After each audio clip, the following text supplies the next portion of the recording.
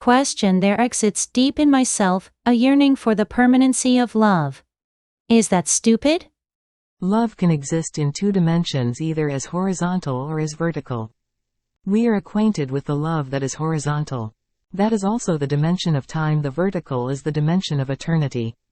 The yearning in the heart is not for permanency. There you have misunderstood.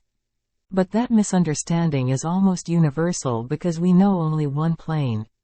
The horizontal, the dimension of time. In that dimension there are only two possibilities. Either something is momentary or permanent. But the permanent is nothing but many moments that too begins and ends.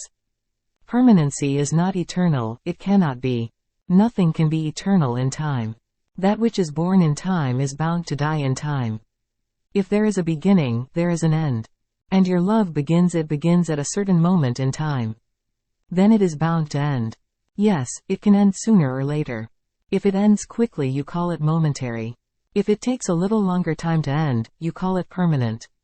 But permanency also is not going to fulfill the heart, because the heart longs for that which does not end at all, which is forever. It is the longing for God. God is another name for eternal love. Jesus says God is love. And that is one of the greatest statements ever made.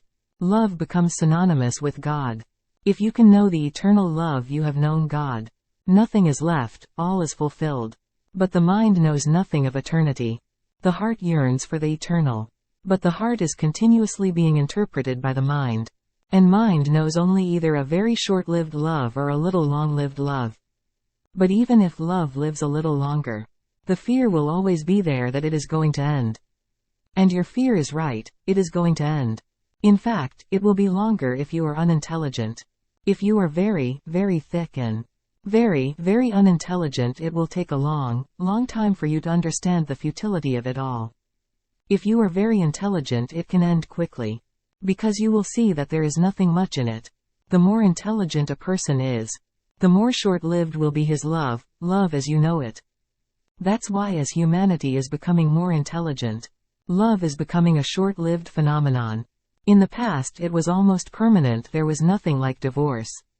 The more a country becomes educated, cultured, sophisticated, the rate of divorce increases, in the same proportion. For the simple reason that people can see that they get bored with each other. Then there is no point in dragging it on, then it is better to finish it.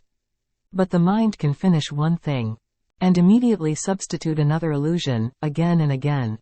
Mind is a non-learner. Even the intelligent person remains a non-learner. And the mind has become so powerful that anything coming from the heart never reaches you. The heart says eternity and the mind interprets permanency. That's where you are missing the point. The yearning of the heart is for a vertical dimension. That is the dimension of meditation. Mind lives horizontally, hence the mystics of all the ages have realized the fact that mind and time are not two different things. Mind is time. Mind cannot live vertically. Mind lives in the past, in the future. For the mind, present is non-existential. From the past to the future, mind goes on moving. The present seems to be only a passage from the past to the future. A hunter was going to the jungle to hunt. A friend wanted to accompany him. He also wanted to be a hunter. But he was very unskillful, amateurish. The hunter said, "Okay, you can come along." The hunter brought him to a place where tigers and lions used to pass. Because it was close to the pond. And they are bound to come to the pond when they feel thirsty. So they were hiding in a bush. The hunter gave him indications, hints that, when it happens, be alert and shoot immediately. A tiger passed. The hunter was amazed because the friend remained almost frozen. He didn't even move, he didn't do anything to shoot him. He asked, "What happened?" The friend said, "It went so fast that I saw him only when he was out of sight." That's exactly what the present is. You see it only when it is out of sight. When it is already past, then only you see it. You never see it as present. Mind is not that quick. Mind is not alert, not aware. Mind is dreaming. It is always surrounded by past and future.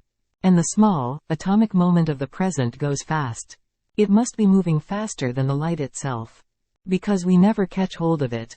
By the time we are aware, it is already gone. The time that we take in becoming alert is enough, and it is gone. You always know it when it is out of sight. So all that you are aware of is past, which is no more, and the future which is not yet. You live between these two non-existential things. The dimension of the vertical is a totally different phenomenon. You jump out of mind. That's what meditations is all about. You get out of the mind. You get out of the past and the future, you get out of time. You are no more thinking, you are no more dreaming, you are no more desiring. There is no memory, no imagination. All is silent. Then you can see the present. And you can see there is only present and nothing else. And present is eternal. In fact, present is not part of time at all. Present is part of eternity.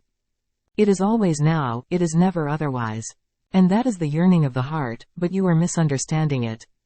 You want a love that is born out of meditation, not born out of the mind. That is the love I continually talk about. That is the love Jesus is speaking of. That love is God.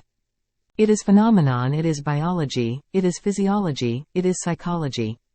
But it is not eternal. Eternal is of the essential being. The love I am talking about is essential, and your love is non-essential. The non-essential cannot become eternal. Even if you try to make it permanent. You can manage, but it will die sooner or later. You can even befool yourself that it is still there. You can pretend, at least, as if it is there. Millions of couples around the world are living as if it is there. They are living in a world of, as if. Of course, how can they be joyous? They are drained of all energy. They are trying to get something out of a false love. It cannot deliver the goods. Hence the frustration, hence the continuous boredom. Hence that continuous nagging, fighting between the lovers. They both are trying to do something that is impossible. They are trying to make their love affair something the eternal. Which it cannot be. It has arisen out of the mind. And mind cannot give you any glimpse of the eternal.